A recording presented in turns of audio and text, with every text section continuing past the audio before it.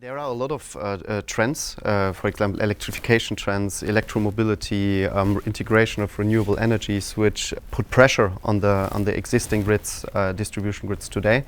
And in addition to that, we have a natural aging process of the components, which require investments. And these are investments that need to prioritize and often also postponed because there are just not enough resources to fulfill these. That leads to the fact that we need to have powerful estimates and reliability models for indicating the conditions of the components in the grid, which can then help to make transparent decisions like what components to replace first. We focus on medium voltage cables because actually they contribute with almost 50% to the current reliability indexes in the Danish grid.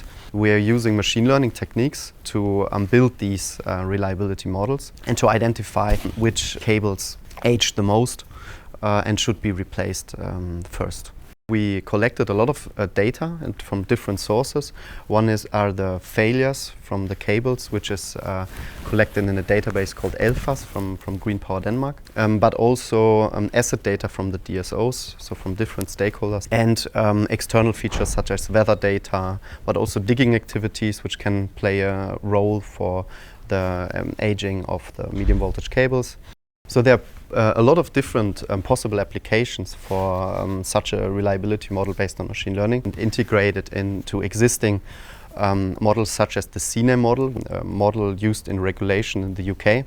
So there might be implications on the regulatory side, but also interesting learnings which might be implemented in asset management of DSOs or Danish DSOs. Our project also helps the DSOs to decide what data is actually relevant and should be collected in the first place. And another important aspect of the project is that we learn how to combine different data sets, how to store and how to manage the data